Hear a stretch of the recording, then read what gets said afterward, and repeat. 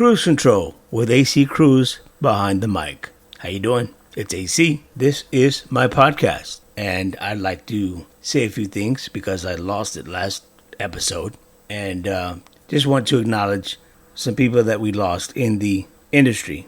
First, a young woman that I had the pleasure of working with at KIWW in the Rio Grande Valley of Texas, Lily Lopez Robinson. May you rest in peace. And to a gentleman that I grew up listening to in San Antonio, Texas, Albert Alegre Calvo. Que en paz descanse, mano. And an update on Delma Garza in Corpus Christi, Texas. Finally out of ICU, working toward rehab, doing better every day. Thank you for your prayers. And Delma, keep up the fight. Thank you guys for letting me share. Let's kick off the show.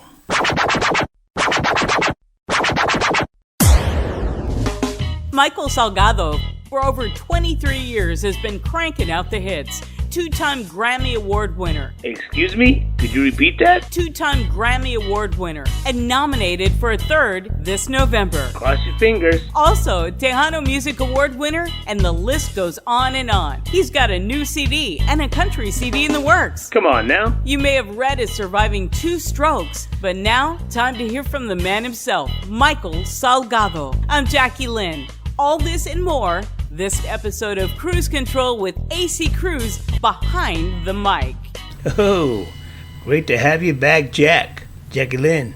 I know you've been busy handling your business. Thank you for coming back, doing this intro. Hector Reyes, thanks for working your magic. And I bet you guys thought I was going to forget. Slow your roll. I wasn't going to forget. Want to congratulate Mark Leos, my daughter, Alyssa Chavarria. Not to mention little Nick, big brother Nick. Your boy here, AC, is a grandpa for the second time. So congratulations to my daughter and her family. And welcome to the crazy world, Elizabeth. It's amazing. Oh, and thank you guys for all the love that you showed all of us. Speaking of showing some love, let's do this. Michael Salgado, what's going on, brother? How's it going, brother? It's been a long time. Too damn long, man. Too damn long. You look great, man. Thank you, brother. You too, man. It's been a while. What are you lifting now? I mean, how many liftings? I'm trying to lift, a few cars and things like that. No, man. It's crazy because I haven't actually been to the gym in about 4 months, but I need to get back. But trying to stay busy, active at home, as much as I can.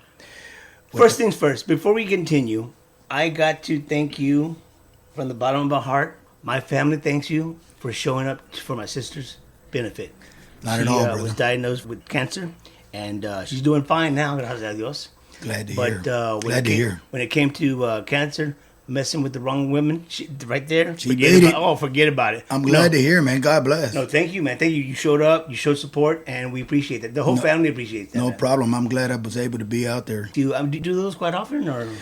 Well, every now and then, que toca that I try to do those things, and I've done different things, like in different cities where I'll go visit some different fans, that'll hit me up on social media, and they're like, do you think you come by this nursing center and this nursing home and things like that? So I try to do my best to make time, para esa gente, y aparte, pues, que son fans y están, in their situation. So I've done those things. I think it was a city out here we performed at down, I don't know, maybe a couple hours from here. I don't remember the name of the town, but I went to see this gentleman there, and he still contacts me on Facebook, and I went to see him there at the nursing center and say hello to him and things like that. So, well, again, I'm glad you do things like that, making time for that. My family appreciates you doing what you do. No problem. Saludos. First of all, I got to let you know, and you know that I had a stroke a while back, 8 years ago, and I had a brain aneurysm that just popped off in my head. Wow. And I will tell you that I tend to stutter sometimes, or I have a thought on the tip of my tongue. Sometimes it doesn't want to come out because of the brain damage,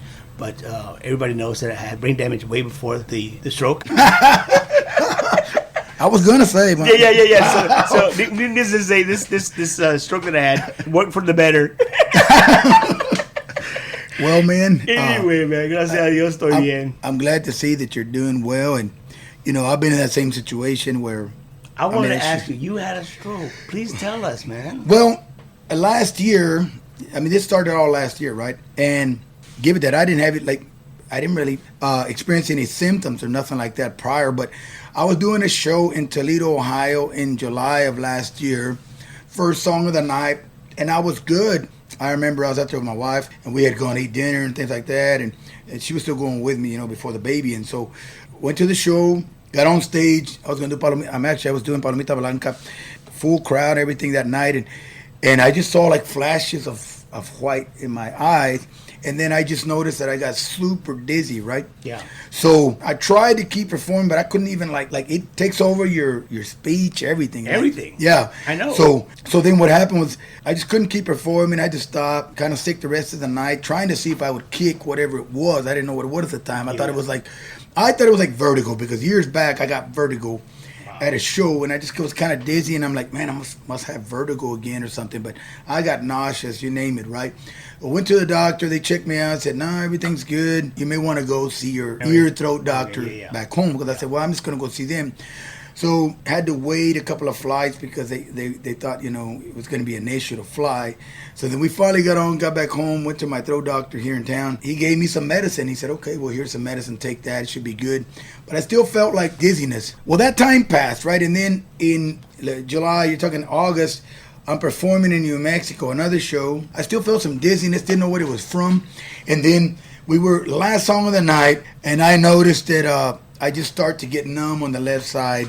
My hand just stops working, like I couldn't play the accordion, you know. Yeah. And so then my speech started, kind of getting limited again, things like that. Then I was managed to finish the song, but I just couldn't, I got dizzy again. They asked me if I wanted to go bring an ambulance, whatever. I said, no, I'll just get home. I think it's vertigo. I'll go home. Got back home about a few hours, and then my wife, my kids were like, well, it's probably best you go to see the doctor, go to the emergency room. So I went here in San Antonio. And then after they did a CAT scan of my brain, they said, well, it looks like you got a stroke. And I was like shocked, like, wow, what do you mean I got a stroke? I mean, and then I was going to the gym every day, eating right. Yeah. Things like that. You're taking care of yourself. So yeah. You would expect that. Yeah, so not at all. And they were like, well, we need to see what's going on because, you're relatively young. This is not something that happens to somebody your age. And you look pretty healthy. And, we're going to go into it more. So I was, here a week in the hospital here in San Antonio. They did find that there's like an opening in your heart that you have when you're born and it's supposed to close, right? Yeah. They said, well, 25% of the population, they have this where it doesn't close all the way. And what's going on is there's communication crossing from the left and right chamber of the heart. It shouldn't cross, right? So, people are aware of running these things, but there was an opening and they said, but, let's see what goes on. It doesn't look too open, so we'll leave it alone, but we can close it if you want. So we left it alone, was taking my meds, but they did, start putting me on blood thinners, and they said, cholesterol is just a little elevated, but not a lot, so we're going to put you on cholesterol medicine. So I said, okay, well, so I started taking my meds. 6 months passed. This year in February, I'm playing in Austin, Texas. Playing, I was playing Cruz de Madera, my last song. I was singing my own anthem song. And then I'm playing the last song of the set, and I start to feel numb again, and I'm like, what the hell? Yeah. I know I'm familiar with this feeling, what's going on. So I managed to finish the song. I didn't get any limitation on my singing, and I didn't get any limitation on my hand, but I did feel numb. So I said, you know what? I said, I think it's best I go to the emergency room just to check it out while I'm on break. Yeah. And so went to emergency room, didn't make it back for the second set, Wow. People pissed off and everything. Imagine. So my brother's like, hey, but, he didn't feel well, so we're going to have to. But I paid my $25. I want to see the show. Right. And so they were like, yeah, I can get him back here. But, it just, the fans, like, sometimes they don't understand. And so they were like, clear. Yeah. So I was at the, they did an MRI, later that night or that morning. I think it was early morning by then, next day.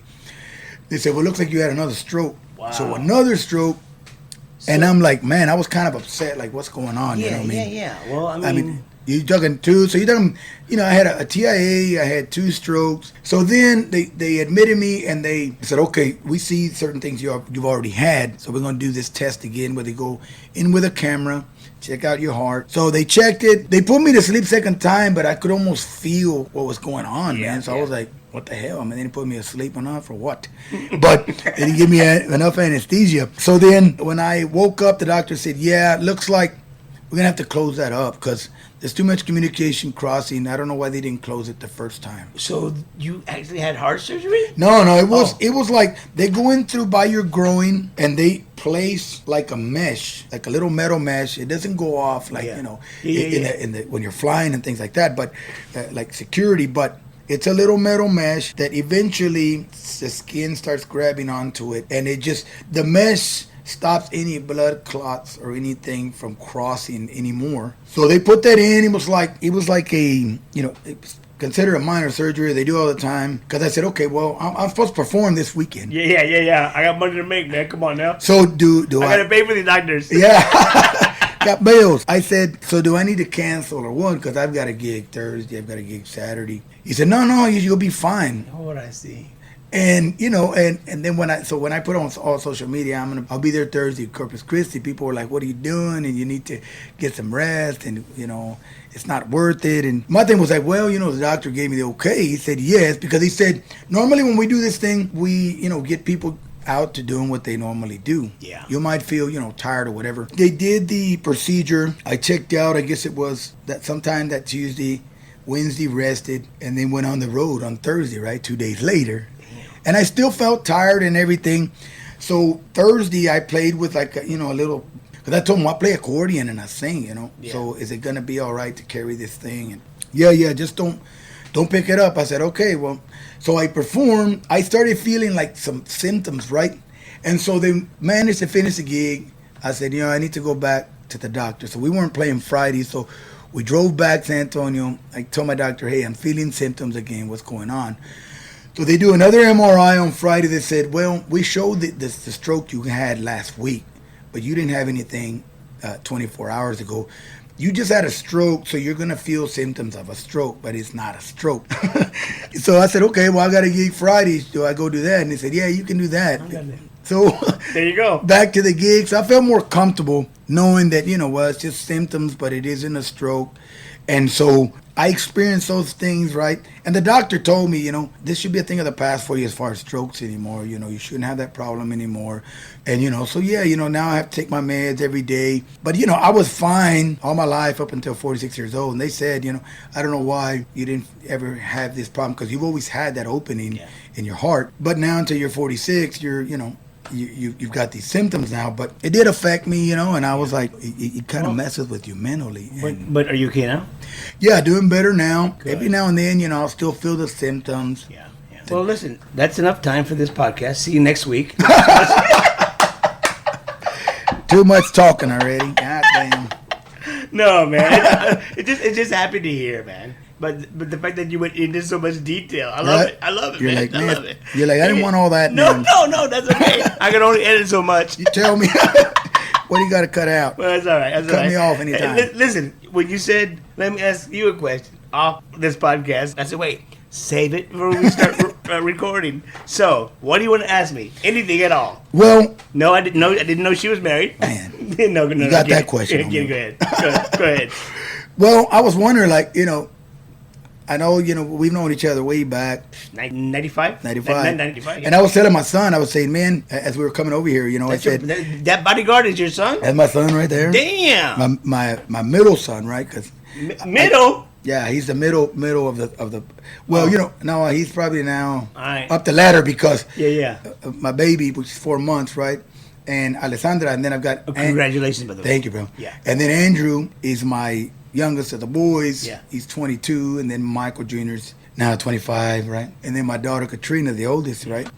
What was I saying? I forgot. you telling him? Go ahead. Yeah, I was telling him when I used to go back in the day, I was a lot quieter, and so. I was kind of intimidated to go with AC because it just, I knew he was gonna get all over me and talk this and that, and I was like, "What do you mean? What are you talking about?" Don't give me a hard time, but I said he was like really rocking the radio, and that's the stuff that works. And I don't, and I told him, I don't know why, he didn't do like radio here in San Antonio, and I think that really would be a plus, for the radio as well, because you had a great morning show. Thank you. And you're really rocking all the Valley area back in the 90s when we were out there, and so I just think, you still could get it done, and so I was talking to him about it, on the way. Well, I want to tell you this, Michael. Back when I worked at KSAB, where your brother's wife, right, Barbie. And Dan, great people, and I love those guys. Had so much fun while I was there. And then when I went to club with Delma, Gabe, and all the coworkers, and one of your favorite fans, Deborah, in The Office. I don't know if you remember her. Oh, yeah. I was done, man. After 20-something years. Really? Yeah. I was just fed up. up. And then when I came to San Antonio, I was fine, but like 2007, 2010, and 2010 is when I had my stroke. But gracias a Dios, I was doing my stuff. Qué bueno. Haciendo daños. But no, man. I needed a break, and up until recently, I decided to do this podcast. Right. Only because a lot of loyal listeners, a lot of Facebook friends, right. They said, man, for years now, people have been asking me, when are you going to write a book? I said, man, I can't even write my own name. You want me to write a book? No, seriously. But I said, you know what? Several of them said, why don't you start a podcast? And I said, whatever. And then with the passing of Don Max, I know you heard about that. Right. Don Max passed. April was a tough month for me. I lost Max. We lost Max. Right. First part of April. And then I had a friend of mine, Don Solis, in Corpus passed. And then Jimmy Gonzalez passes a month later. Right. I'm like, oh my God. This a lot going on. Oh, man. And I said, you know what? For the whole week that Jimmy passed, and I'm active on Facebook. Right. But I wasn't active because after that, I started to share with those Throwback Thursdays, pictures of Max and myself, and pictures of Jimmy.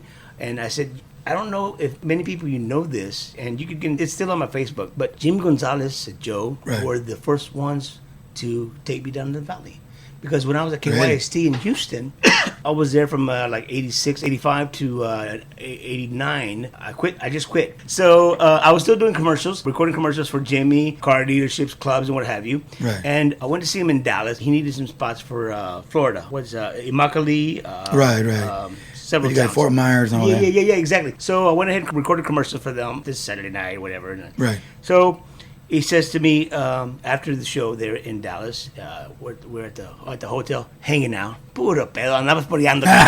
Anyway. Di la verdad. Y luego dice Jimmy, he says, what are you going to do now that you're going to do radio? And I said, well, I can continue to do commercials. And Joe Lopez says, what do you mean, just record commercials? I said, yeah. Jimmy Gonzalez interrupts me and he says, why don't you come on the road with us? I said, doing what? You can be our professional MC. Damn. So, wow. So I took the job. I said, sure. On that weekend, I didn't go back with my friends. I took the job, went on the road with Mas, and I swear to God, I was staying in the Days Inn down in Brownsville during the week, and then the weekend, I ain't gonna lie. Everybody knows the Bad Boys. That's why they got their name, the Bad Boys. I couldn't hang, Michael. I mean, I'll be honest with you, man. Yo pariando. I can do that, but can't hang with those boys, man. Wow. A year later, maybe less than a year, I wound up working at KBFM, the top 40 station down in B104 in the Valley. And then in 95, that's when I jumped over to Que Pasa. And I was having fun with John Hernandez. And unfortunately, he got let go, and they made me the morning guy and the PD. And I said, I wasn't hired for this. Because let me tell you, I'll be honest with you. I told Javier Galvan the story, and I'll share it again. I felt bad when I did mornings in KYC in Houston. I replaced John Hernandez. Wow. And the thing is, they didn't tell John Hernandez. When he showed up for work, I said, you need to call the boss. He said, what are you doing here? I said, I'm doing the morning show now, from now on.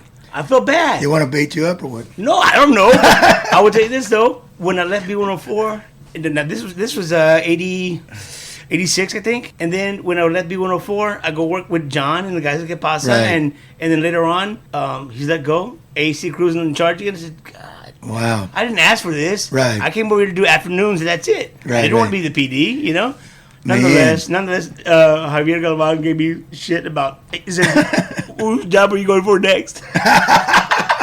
Whose job you gonna take next?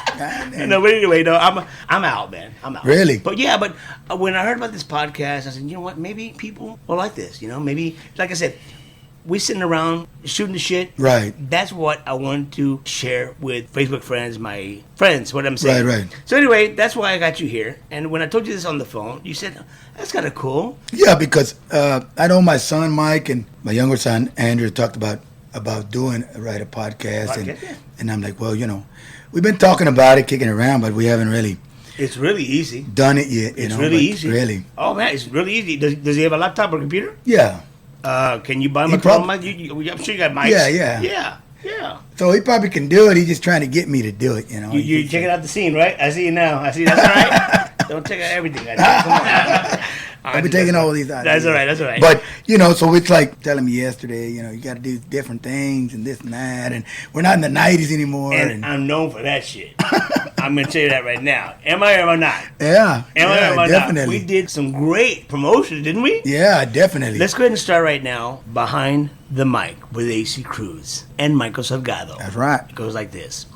It was 1995, and I had to compete against KWW and KGBT, these monster stations. They'd been in the Valley for so long, and I was here given this promotion to be a program director of a little bitty station not doing anything, in the ratings. Right. So I said, I need to be clever with promotions. And in walks Michael Salgado, right? Right. Let's do this. So we did all kinds of stuff, man. Yeah, we did. I mean, I remember doing it. I think it was the first Unplugged. Well, we're gonna get to that because I'm gonna tell you right now, Cruz de Madera took off like wildfire. Yeah, it did. Cruz de Madera is still your signature song. Definitely. Am I right? Yeah, it is. Now, how did that song come about? Well, I remember back in the bar days playing. Nobody knew who I was at the time, but we were, chasing the dream. I remember going in the van, going home from playing at a bar over the weekend, and I heard Rubén Ramos with Cruz de Madera, on the radio on one of the 100 radio stations up in West Texas, where we're originally from that area, Stanton, Texas, all those area. Yeah. I heard it, but it didn't, dawn on me or anything. Then later on, a cousin of mine who writes a lot of songs for me still, his name is Jose Salgado, and he mentioned the song to me. He said, hey, there's a song out there, se llama Cruz de Madera, and I think if you did your style, man, it might work. And I can still remember that we're going to play at a bar in Midland, Texas, from Stanton, where we used to live. We were working on the song, Una cruz de madera de la más corriente. We're just messing with it. And I remember we started practicing it at the bar, and we started playing it there, right? We used to play there like every 2 weeks, every 3 weeks, same place.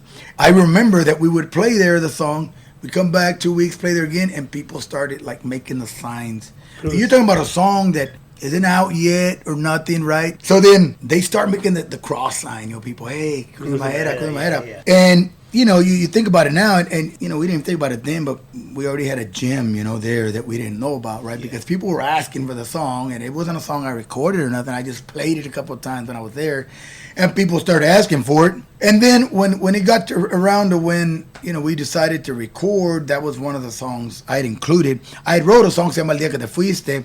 That song was on the record too. And that particular song, I didn't really consider it a single. I wanted to do more of my song a single. We did do El Día Que Te Fuiste first. Yeah. It came out and did what it did, but then when Cruz de Madera came out, pues, otro pedo, ¿no? Otro pedo, ¿no? Yeah, I mean, otro nivel. Yeah. Otro nivel. Yeah. Te voy a decir ahorita que, that song took off, and I said, damn, this boy's, I consider you a boy because you're I was like 22. Yeah. As a matter of fact, I'm gonna show you right now. You're gonna love this. But I'm gonna tell you, the song took off, and since I was the new PD taking over Que Pasa, and I was like, man, this guy.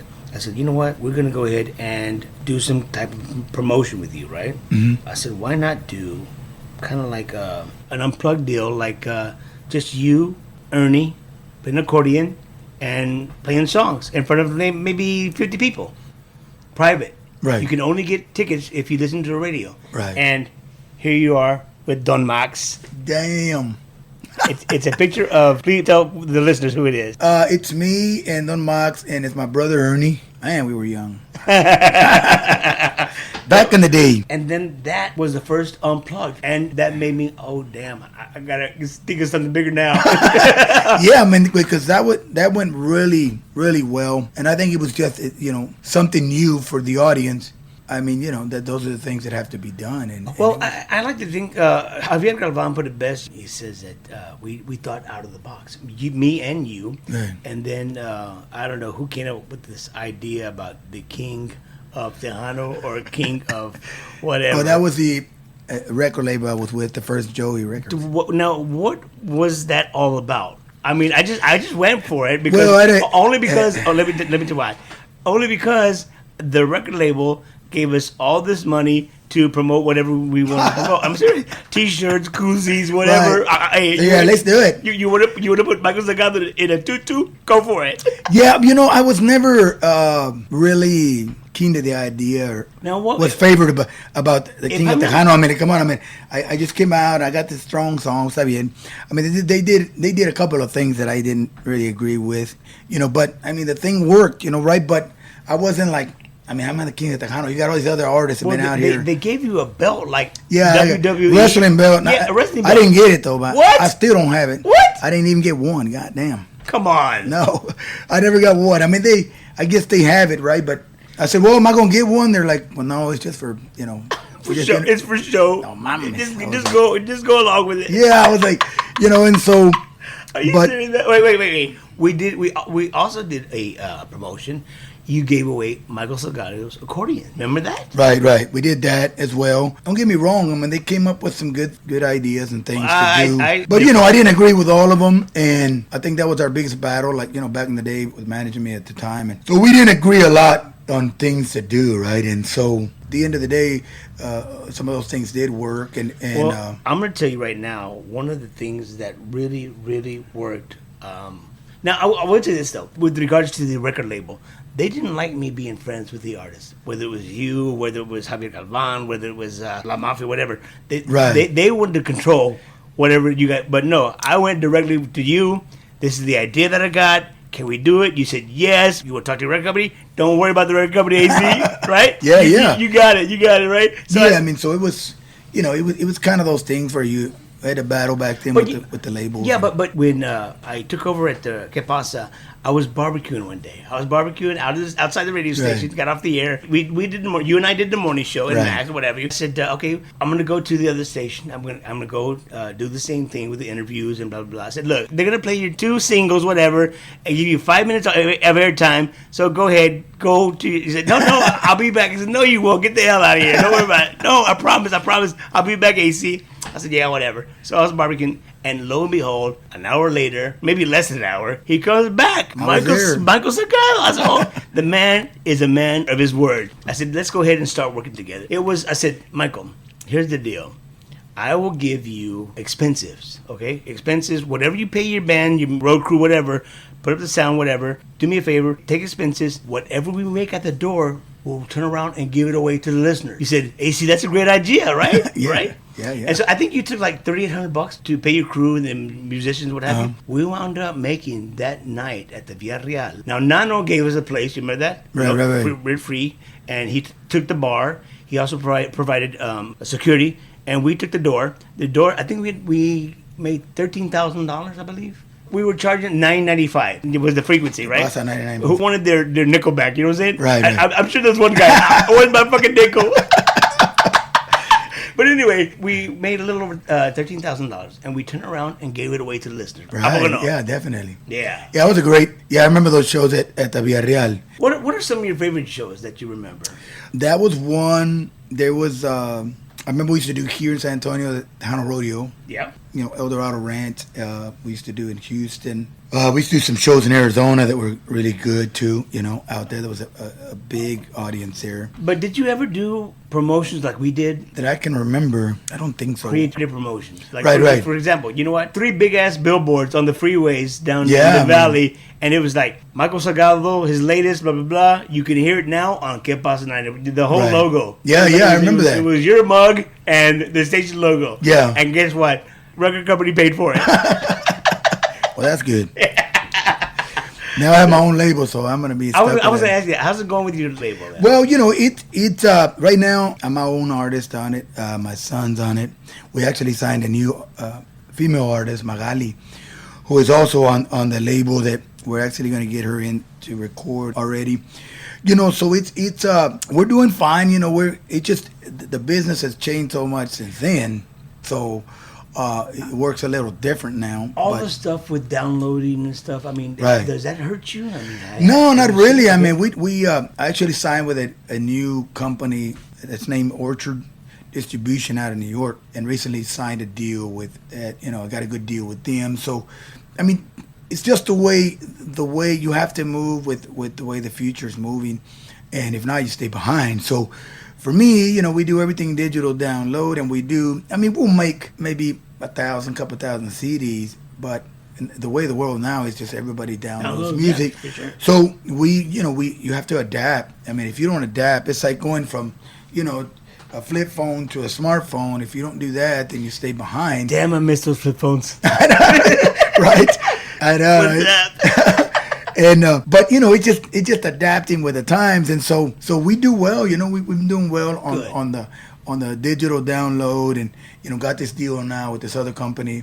In fact, I need to talk to them about my Cruz de Mayra record because What's that? I own half of that record, and Yeah. and I guess they distribute it, but I ain't got paid for it, because the other half is owned by Joy Records, and so we have to now discuss that issue. But that's another another story. But we're moving well, and then I'm doing some country now. I moving on to the countryside, and we're looking into that right now too.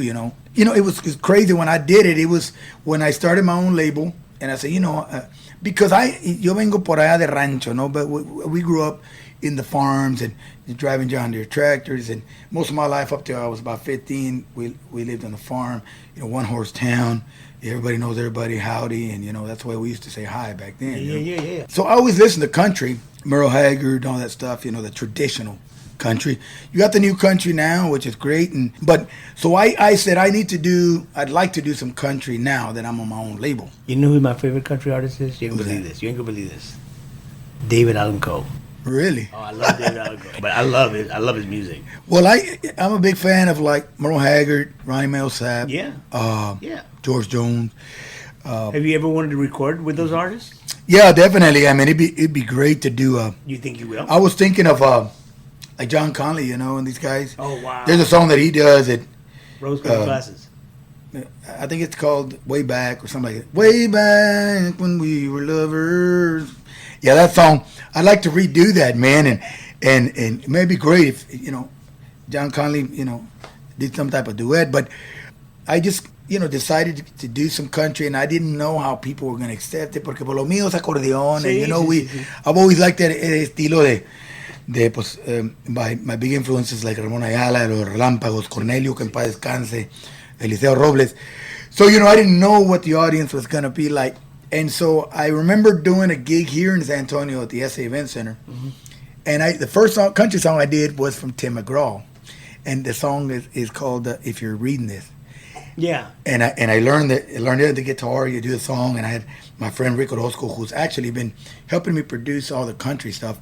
Now, he played along, and another gentleman playing guitar, and I was like, man, I would see how the crowd's gonna react. And so I started, if you're reading this, and people just, kind of went crazy, and they liked it, and so I was kind of shocked and glad that people had accepted the country.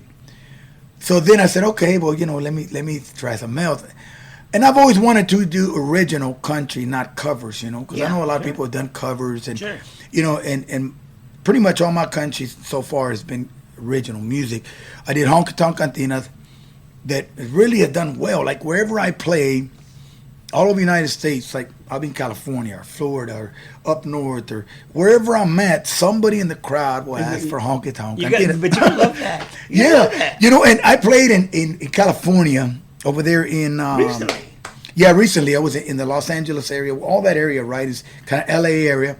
And I played in this place, bien mexicano, no pues raza ahí, and somebody, hey, honky tonk cantinas. I was like, I avoided it. I didn't think. I didn't do the song. I just didn't think it was the right place to do it. And then afterwards, he said, man, we drove down here for 3 hours to hear that song. Oh, man. And I said, man, I'm sorry, but, I just didn't think it was the right place. No quería que me aventaran botellas de la madre, ¿no? Sí. Toda la raza ahí, pues, ¿qué chingado estás cantando, no?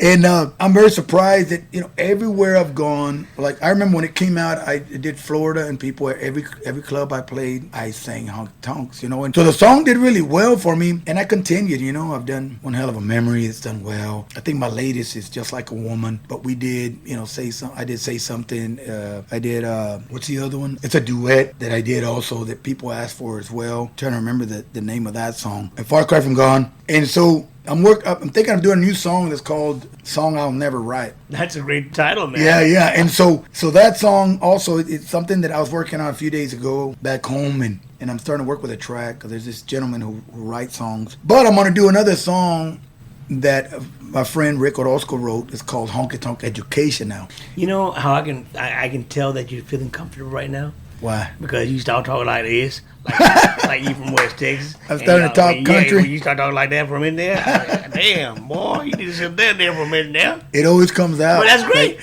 because you relax it. I mean, that's all right. The problem is, I'm from West Texas, and then I used to live in ranches, and the way we used to say hi in those towns was howdy. I mean, that's the way we used to talk, man. It was like, even my wife makes fun of me, she's like, I'm loving it. I've never heard this really, side of you. really? No. Yeah, because usually it was just a radio interview, Right. We'd have fun and what have you. Right. But anyway, I love it, man. Good job. I like that. Thank you. Real quick. When I left KWW down in the valley with the flip formats, I wound up going to work at KCB in Corpus. Right. And when I got there, the boss introduces me to the whole staff and what have you. And it was a Monday, and welcome AC Cruz, blah, blah, blah. He says, and by the way, you have a promotion day after tomorrow, a big promotion, in front of everybody, like thinking he's going to throw me a curveball, right? Right. And I said, oh, okay, well, who is it? What's going on? Oh, it's Michael Salgado, Christmas promotion, Toys for Tots. I got this. I'm on I said, that's my boy, man. No, I mean... But anyway, man, I remember that. And then I was there for a year and a half, and then I went across the street to Club 98.3. And again, I loved it because you guys did Party on the Patio at Concrete Street. Oh, yeah. And I'll never forget. I'm like, dude, you and Ernie and my boys from the Corpus area, and they said you were backstage. I'm like, dude, you go on in a few minutes. We're watching the Cowboys right now, AC. Leave us alone. I'm like, what the fuck, man? Right? Yeah, man, it's it. You remember that? Cowboys time. But I tell you what, I was talking to several artists. They said, I remember we did that Katrina concert. Remember? Right. Katrina? Yeah. Everybody would play that night. And everybody donated their time and paid for expenses. Right. I believe Pulido took like $100 for gas and some Whataburgers on the way home. Bobby Pulido. Bobby Pulido, he said, nah, don't worry. And you did the same thing. Don't worry about it, AC. Don't worry about it. And there was only one individual, remained nameless, insisted getting paid $1,500. Damn. Can you believe that shit? That's a bunch of bees. It is a bunch of bull butter. Bullshit. Bull what? Bull butter. Bull butter. So anyway, those were fun times. What do you got going tomorrow? Like, you mean the future or tomorrow? Yeah, in the future. No, tomorrow. I'm going to get a haircut. I'm going to milk a cow. What the hell? My latest, CD is titled La Vida en un Hilo. La Vida en un Hilo, no? Like life on a thread. Yeah. And so that song came to me at the ideal time, These things happened to me, my stroke. I mean, I remember wanting to recording in the studio, and I just kind of felt like I was going to get teary-eyed because of the words, that it says, that we live life on a thread and we don't know what the purpose is, but, I know I leave my life to God and things like that. And so this song is, I remember when it came out, a lot of people reached out to me and they were like, I went through a rough time in my life and, or this, or I had cancer or this or that.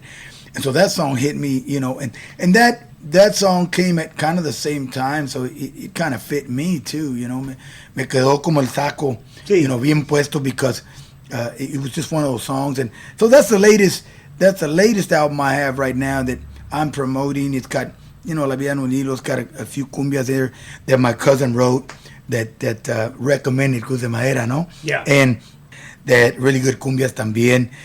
We might even cut ones called Mireya Michoacán probably pretty soon, but we've got some other stuff in there, rancheras muy buenas también. I didn't do any country on this album. It seems to be doing well too, and all the digital downloads. So we've got, that going on that we're promoting right now. We've got some shows coming up this week. I found out you're going to be with La Mafia.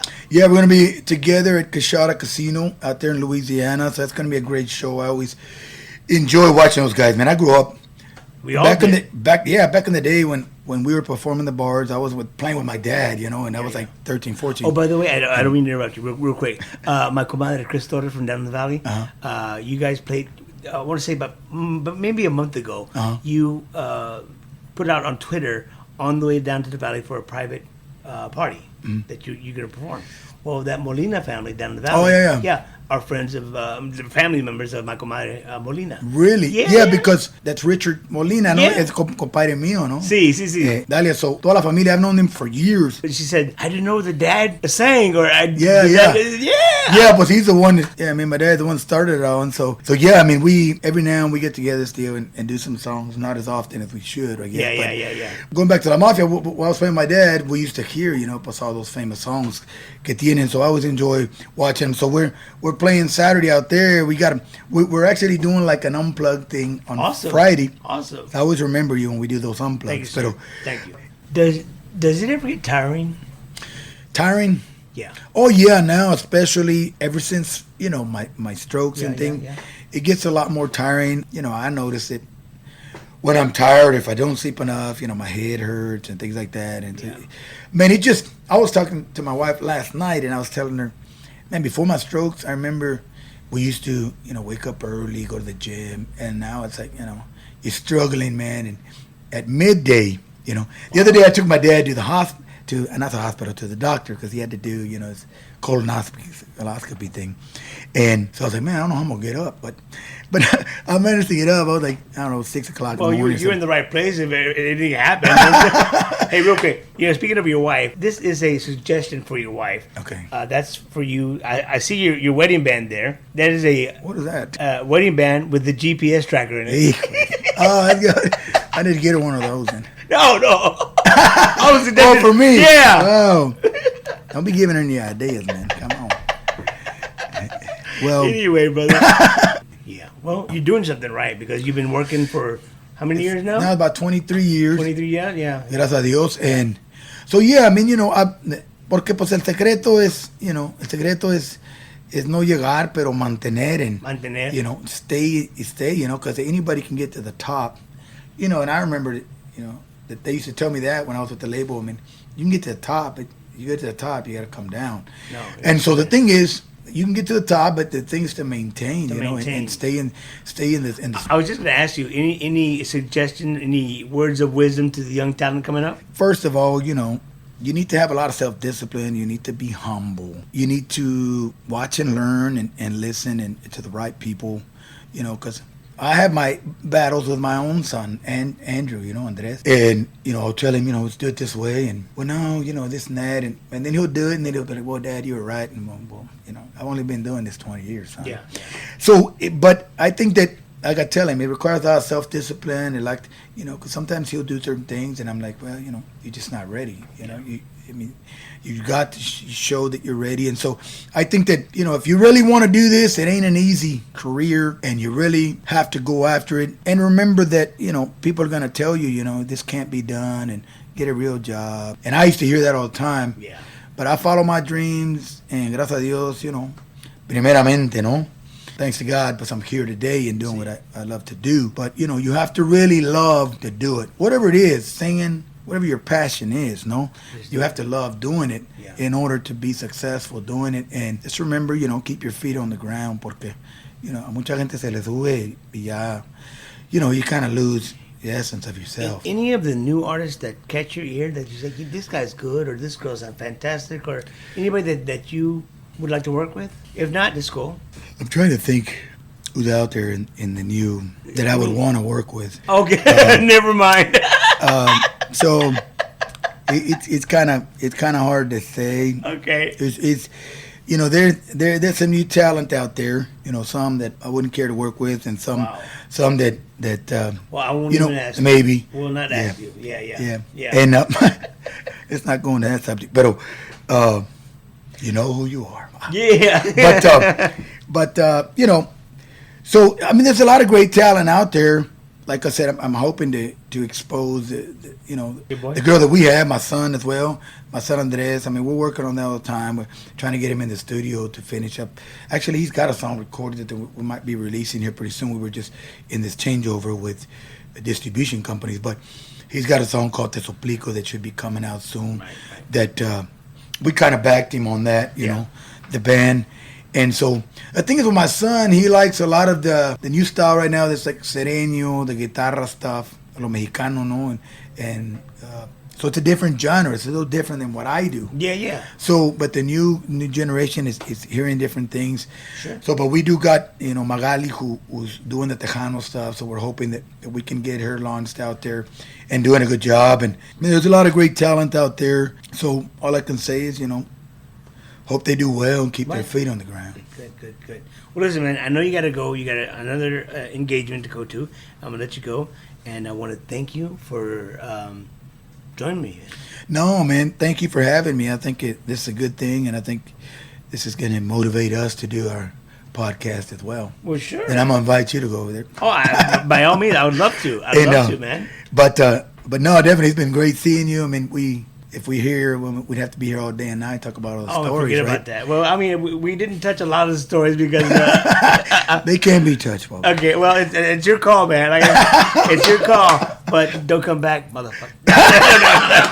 I'm kidding. You know, right. You know I'm kidding. Damn. And listen, I'm going to let you go, and it was a pleasure. I love you, brother, and thanks again for looking out for my sister in her time of need.